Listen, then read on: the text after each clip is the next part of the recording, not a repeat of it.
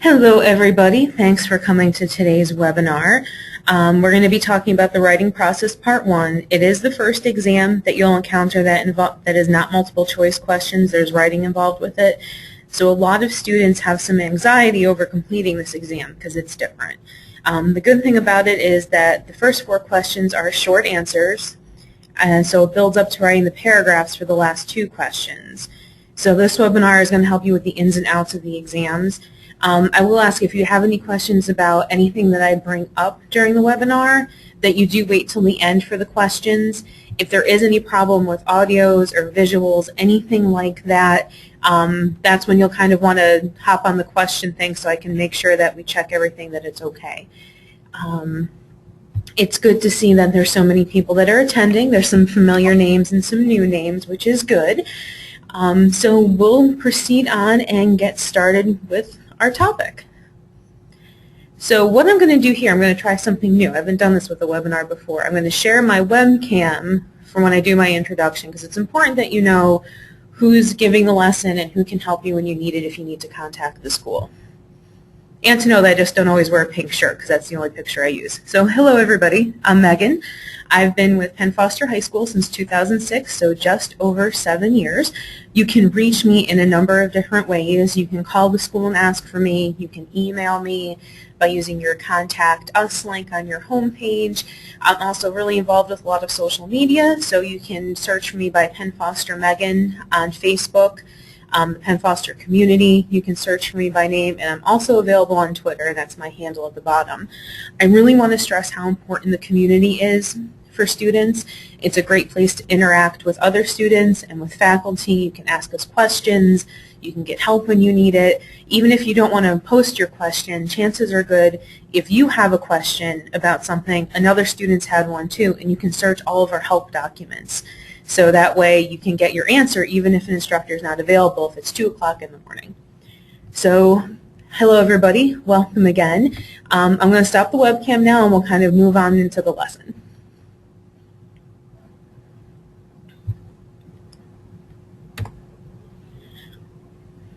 Okay, it's important to know that writing is something that's going to touch your life in many different ways. Even if you don't think that you're a writer, you actually are. And here's just a brief clip to show how true that really is. So back to the topic on hand, I'll just kind of reiterate what I was talking about before the sound went out. I apologize for that. That writing is something that's going to touch your life in many different ways. Even if you don't think you're a writer, you actually are. So we're just going to watch a little video that proves that writing touches your life in many different ways.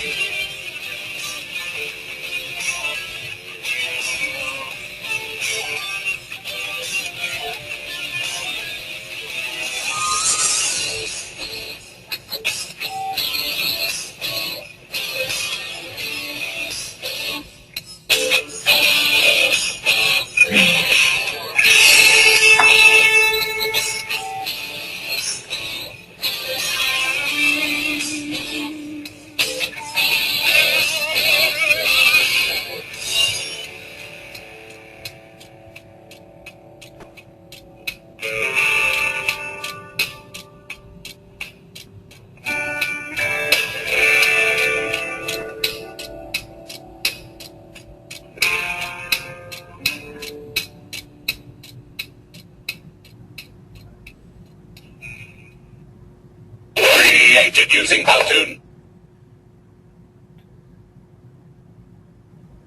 Okay, so I mean that was just a brief thing to see that we actually write a lot more than we may think.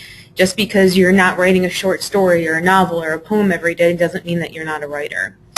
I also wanted to include, and hopefully it comes up. Oh, sorry about that, we're going to go back. A little too quick on the clicker there. The quote that you see there, it says, "We are all apprentices in a craft where no one ever becomes a master." That quote's by Ernest Hemingway, a very famous novelist. He wrote things like The Old Man and the Sea. And I wanted to include this quote at the beginning of the webinar because I want everyone to see that even an author like Hemingway, who is still widely read today, knew that he wasn't a perfect writer. No one is. Don't believe anyone who tells you that they're a perfect writer, because it doesn't exist. All we ask for your written exams is that you try your best. And since this is the first exam that's going to involve writing, it's going to help build the foundation of your writing skills. You're going to keep getting progressively better as you continue more exams in the program. And like all of your lessons in Penn Foster, the webinar also has learning objectives. Upon the completion of this webinar, you're going to know how to access, complete, and submit your exam for the writing process part 1. You're going to know how to review exam feedback, which is very important. You're going to know why following instructions is important and why not to plagiarize. So I'm not sure if any of you have been to any of the other webinars I've done, but I like to start off, before we get into the nitty-gritty of things, with a video that's related to the topic. So that way it kind of gets everybody in the right mindset for things. So we're going to watch this short clip here, and it's where Sean Connery, who is in the movie Finding Forrester, which is this from, and he explains what, it explains what the first key of writing really is. If the video, again, I'm just going to wait a little bit and see if the video pops up. Okay, it doesn't look like the video wants to cooperate, but the basics of it is that Sean Connery gives the advice that the first key to writing is to get writing. That you sit down, you start writing, and you worry about everything afterwards. He says not to think, just to write. Well, I want you to still think when you're doing the exam for this lesson, but I also want you to know that writing is a process. So that once you have everything done, that's when you go back to edit and fine-tune your writing, because your first draft of anything isn't what you should submit to the school for grading. You want to let it sit for a little bit. You can go back, change things around, make sure that you answer things the way that they needed to be answered. So without further ado, we're going to get down into the nitty-gritty of the lesson. Oh, okay, a little bit more static there. I think we're still good. Okay, so we're going to start with breaking it down on how to access the exam. Okay, the first thing that you want to do before you do anything is read. The Take Exam button is pretty tempting to click on right away, but don't do it. Trust me that this will confuse and overwhelm you. Read your study guide first. This way, when you're ready to review the exam instructions, the questions will make a lot more sense. You also want to make sure that you complete all the self-checks and practice exercises. All these are going to do is just help you prepare for the exam. Okay, so you've finished studying your study guide, you've done all the self-checks, you've done all the practice exercises, now you're ready to get into the exam. Okay, on your My Courses page, there are 2 ways you can get information about the exam. If you click on the Take Exam button, a project upload page is going to appear. Don't worry about uploading anything right now since you don't have an exam to upload. What you'll want to do is focus on the beige box that will appear. This is going to tell you what pages to go to in your digital study guide to get the instructions. You can also click on the exam instructions link. This will open up your study guide right to the pages of the exam. When you look at the instructions, you'll first see a page explaining how to save and submit your work. Then the questions will be on the following page. And trust me, sometimes finding the exam questions and the instructions, that's half the battle. So if you have this down, you're in good shape. Okay, so you access the instructions and you're looking them over, and this is where I really want to stress how important following instructions is. The exam not only tests your understanding of the material covered in the study guide, but it also tests the attention you pay to details. While the latter doesn't receive a grade, it's still extremely important. If you do not answer the questions properly, if you miss a question or don't save your work correctly, we can't grade your exam, and you're going to have to wait even longer to get your results back on it. I do have a kind of a story I want to share of my own about following instructions. I was an English major in college, And my freshman year, I took a literature and the arts course, which actually combined reading poems and literature and then looking at artwork of the time and comparing them and how one influenced the other. It was really a great class. About a month into the course, we had to write our first paper. And we can choose anything we read in the course by that point to write about. So I decided to write my paper on Medea, who is a figure in Greek mythology, because I love Greek mythology. Since the professor knew this was our first paper we'd have to write for college, he drew on the board how we should format it. He literally drew 2 rectangles and showed us how we should format the paper in terms of spacing, how we should do the heading, all of that information. And I like to take a lot of notes, so I'm writing all of this down, and I wrote in my notes 2 pages. So here I am, I start my paper on Medea, think I'm doing a great job, get it all done, and I look at my notes and I see it has to be 2 pages. So I only write 2 pages. So I'm proud of myself, I hand it in. About a week later, the professor gives us our papers back. I'm going through the corrections on it in the comments, and at the very bottom of it, there's a grade of C+, and there is a note that the grade was a gift. I was completely crushed for a couple reasons. 1, it was my first English course, and I was an English major. 2, because the professor was actually a friend of my grandfather's who was also an English professor. So I had a lot kind of weighing on me at that point. So what I did was go visit him during his office hours. And that's another thing too, it's important in Penn Foster, and if you do go on to college, keep up a conversation between you and your teacher. All it's going to do is help you out. So I went to him and I told him about the mistake and why it was made, and he got a good chuckle out of it, but it really taught me that I needed to follow the instructions that are given in the syllabus, especially at the college level. Your professor is going to help you with things, but they're going to tell you everything stated in the syllabus. And of course I looked at it and it said the syllabus had to be 5 pages. So the paper I turned in was less than half of the required amount, so I was happy with the C+ at that point. So always make sure that you follow instructions. Okay, and it's important with this exam too. So if you're asked to list something, be specific. When you're asked to explain something, be detailed. So to give you some practice, we're actually going to go over some examples so you'll get a feel for what's expected when you reach the exam questions. Okay, so this is my dog Ziggy, who I absolutely love, and if you ever call or email me and you bring up Ziggy, I will probably talk about him until I'm blue in the face, because that's how much I love this dog. But he is going to help us with our first example of dealing with topic sentences.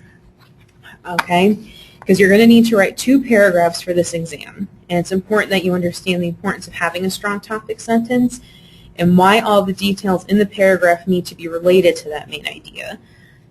So here's a paragraph that I wrote about Ziggy. It's semi-true. He is a crazy little dog. So I want everyone to take a couple moments to read this over, because I'm actually going to take a poll about what everyone thinks the topic sentence is.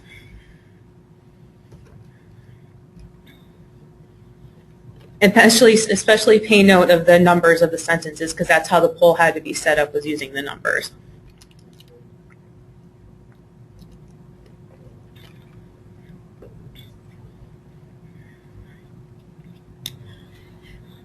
And we'll just give it a couple more sentences to make sure everyone got a chance to read it over a little bit. Okay, so here we're going to start with the first poll.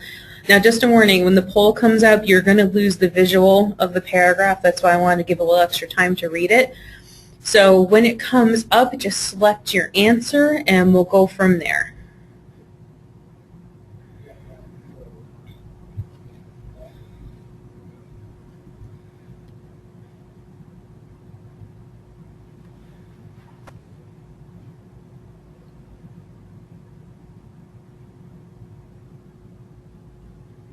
Oh, good. Lots of responses coming in.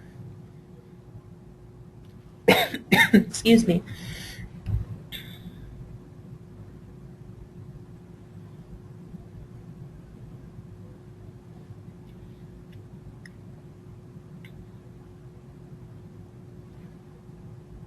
Okay, we'll keep that open for just a second. Okay, great. We have some answers coming through the questions too.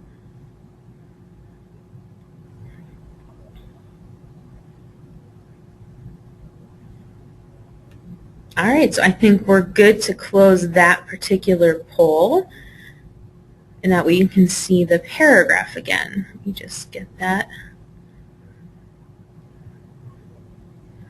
Okay, I am thrilled to announce that 53% of us selected sentence 4 as being the topic sentence, and that is absolutely 100% correct. That is great because that shows that you have an understanding that almost every sentence in that paragraph points right back to the fact that Ziggy was a mischievous puppy who seemed to get into everything. He's over just a tiny bit of that. He's going to be 3. He's still into everything. Okay, so now, since we know what the topic sentence is, and that's important that you have that, it's also important to know that there's a sentence in there that doesn't belong. It doesn't reflect back on that main idea. And that's important with a paragraph because if you're writing about one certain thing, you want to keep to that one main idea. You don't want to stray away from it. So that's why we just start you with paragraphs to keep everything focused. So we're going to do another quick poll. And this time we're going to try to determine which of the sentences isn't related. So which one doesn't relate back to the fact that Ziggy gets into everything.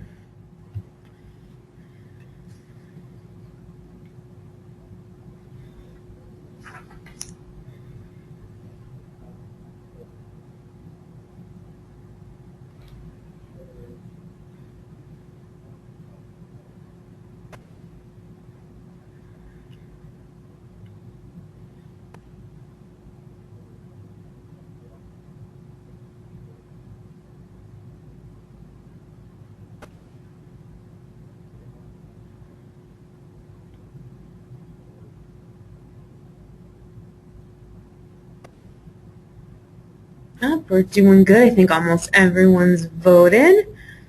We'll keep it going just a little bit longer.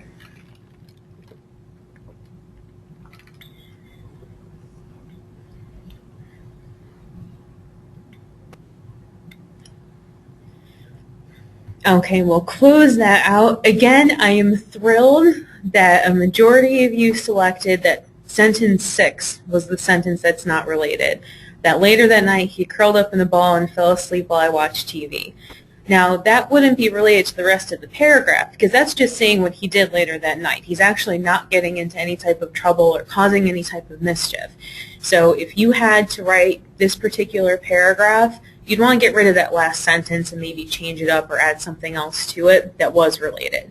So I think we're off to a really good start with making sure that we follow instructions and picking out the topic sentences and ones that aren't related, because doing that's going to help you when you have to write paragraphs. Okay, and we're going to move on. Oh, there we go. Okay, this is another paragraph that I put together, and again it goes to the fact of following instructions and making sure that you're writing to the topic that you're giving. Okay, you're given a variety of topics to write about for questions 5 and 6. So you want to select the ones that you want to write about the most or have the most experience with. You want to be sure that you develop the topic appropriately. So imagine that you were given this topic for the exam. Explain why owning a car is important to you. So we're going to take a couple moments and read the paragraph over again. Then we're going to take another poll. And I promise you, I think that this is the last poll that we have to do. The rest of it won't include them. There'll be a survey at the end, though.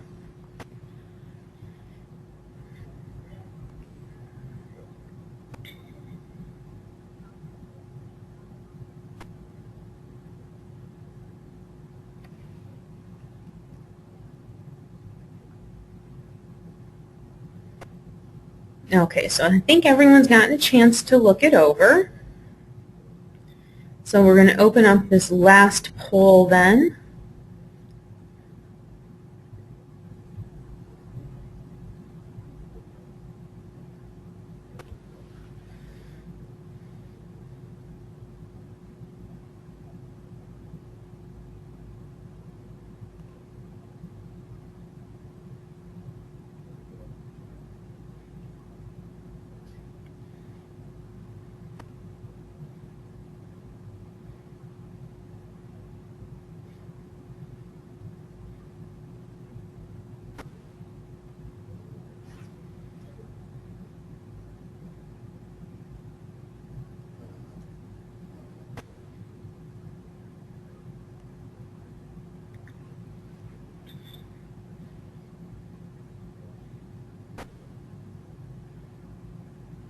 Okay, so just a couple more seconds and we'll close the voting on this poll.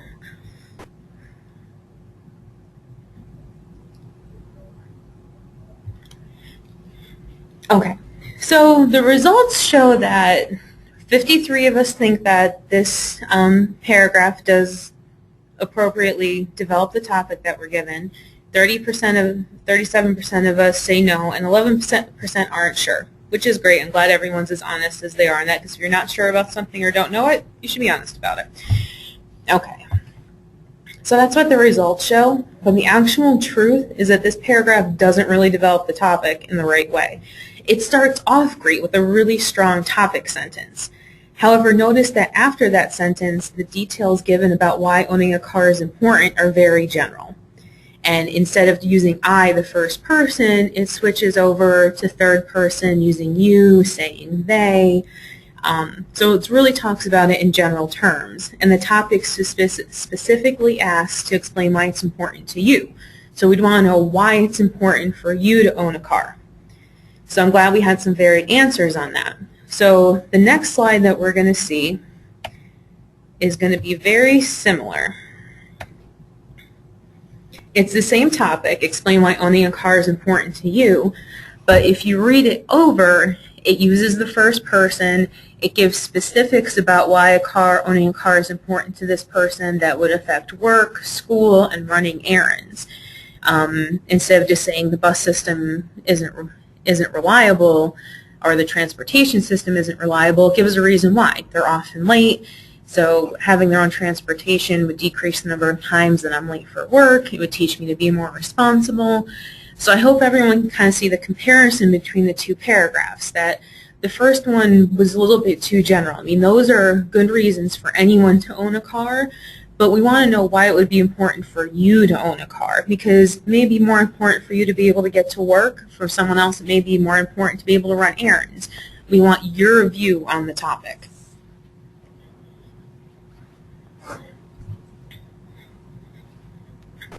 Okay, so now since we have that down, we're going to move on to plagiarism.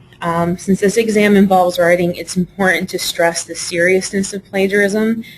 Plagiarism isn't accepted in any school, and so it's no different at Penn Foster.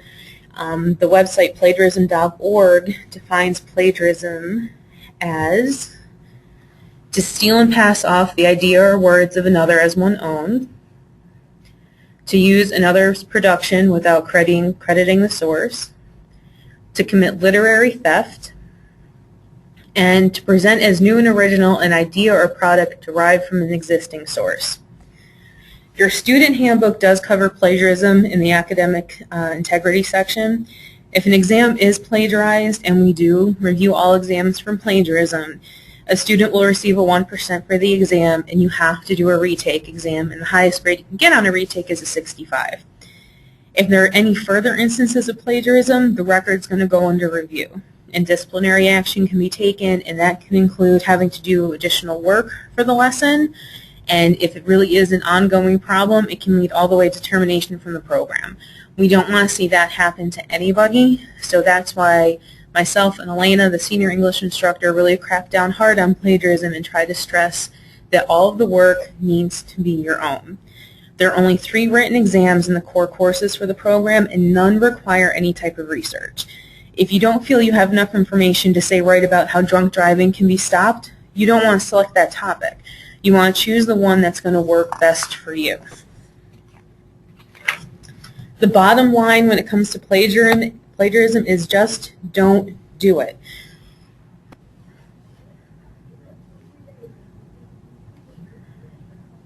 Okay, so now we've gone over reading the study guide, following instructions, how to access the exam instructions, and not to plagiarize. So you have that all done, but now you're probably asking yourself, how do I get this in?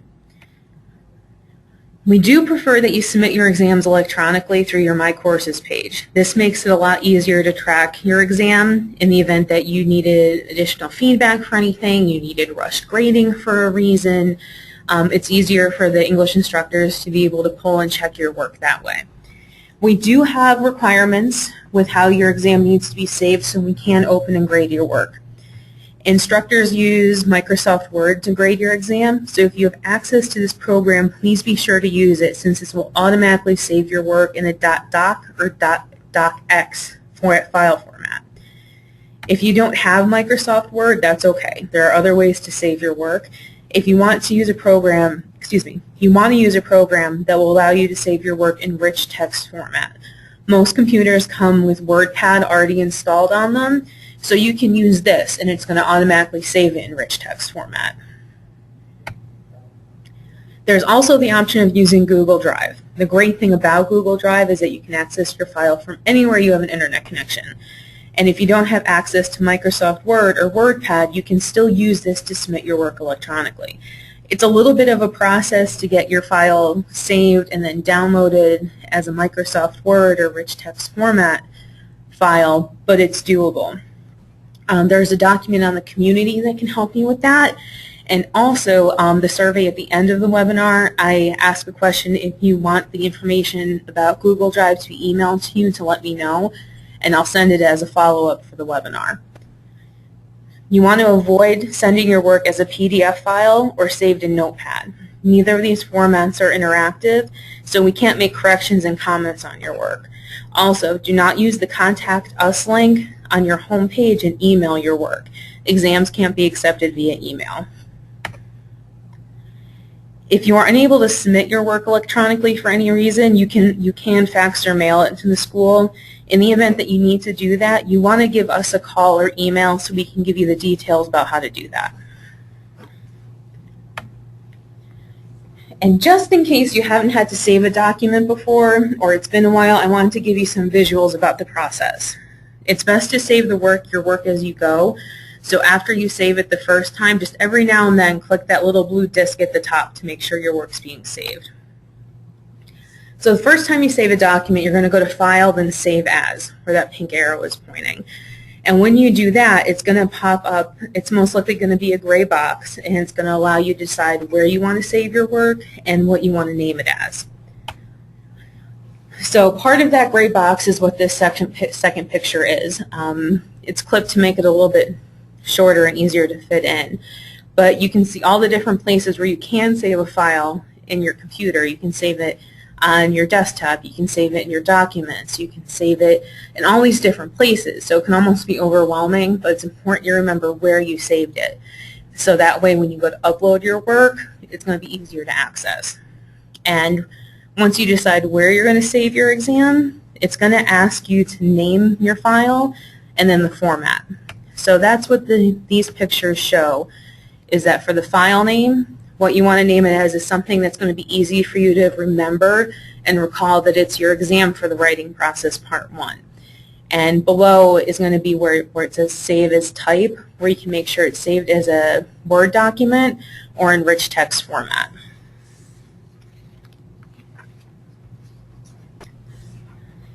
Okay, so now we're getting closer and closer to being able to submit everything. You have your exam typed and saved, it's in the right format. What do we do next? It's time to submit. Okay, the first thing you're going to need to go to is your My Courses page, and you're going to click on Take Exam for the writing process part 1. Once you do this, a project upload page is going to appear. It's going to look the same as it did when you first tried to access the instructions. So what you'll want to do is click on Browse, and this is where it comes in why it's important to remember where you saved your file and what you named it, because when you click on the Browse button, it's going to open up a window for you to locate the exam. Got a little bit more static, so I'm going to wait till that goes away. Okay, there we go. So once that window comes up and you find your exam, you're going to want to click on it and then click Open. That's what's going to put it into that white box where it says Browse. Then you click on the Upload button. And after you click on Upload, there is going to be an area that's going to show you your attached files. You want to make sure that your file shows up in that area, otherwise that means that it didn't get uploaded properly. So we're going to assume that that went well, it's uploaded. So the next thing you're going to want to do is include your email address. If you don't put your email address in where you're supposed to and you just click Submit, it's not going to get, your file's not going to get received for grading. So you do have to put an email address in for it to go through. And all the email address is for is to let you know when, to let you know when your exam has been reviewed and your grades posted. So once you put your email address in and you click submit, you want to check your My Courses page, because you're going to see automatically with your Writing Process Part 1 lesson, it's going to say RCD. And that means that it was received and it's going to be graded. So you want to make sure that it says RCD. If it doesn't, you want to try this process again. So now it's submitted, and now it's on us to make sure it gets graded and for us to give you the feedback for it. So once your exam is submitted, you're going to want to allow time for your work to be reviewed. Our exams are graded in the order that they're received, and since these do involve writing, it is going to take a little bit of time to review. Our current grading time is taking about 10 business days. Once your work is reviewed, the results will be posted to your My Courses page. You'll either see a numerical grade if we're able to grade your work, or an RTN, meaning returned if we aren't able to grade your exam. Keep in mind that if you ever get an exam returned back to you, it's done with your best interest in mind, since we want you to do well on it. Exams can be returned for being incomplete or for unable to open the file.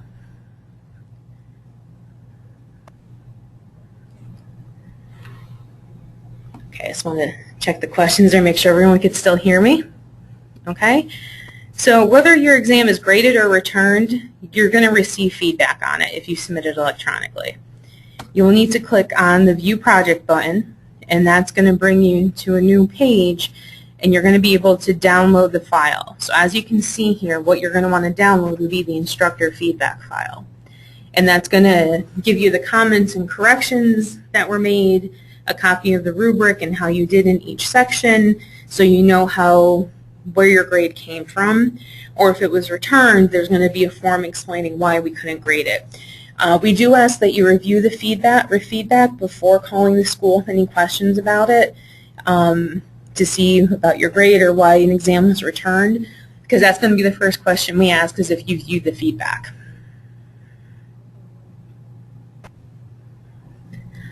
Okay, so that about wraps the basics up. So I just wanted to give a quick rundown of things that you should and shouldn't do for the exam. You do want to read, you want to review instructions, you want to fully answer the questions. Take your time, it's not a race. You want to ask questions when you need to and review the feedback. Okay, these are things you shouldn't do. Don't leave your written exams to the very end of your program. They're put in the order they are for a reason, and also too, if you wait till the end, since the grading time takes a little bit longer, it may delay you being able to graduate by a couple days. Don't take the exam without reading. Don't use improper exam formats. And again, I'm going to stress, don't plagiarize. Like I said, if you have any questions and you want to ask me, you can find me on the community, on Facebook, Twitter. There's a lot of different ways you can reach me and any of the other instructors too. So we're going to get this all wrapped up. I hope everyone enjoys the rest of their day. And if you're in the Northeast like we are, I hope you're enjoying the nice weather. I think this is the first day where it's going to be as warm as it's been since probably last summer. So enjoy the day and good luck with your studies.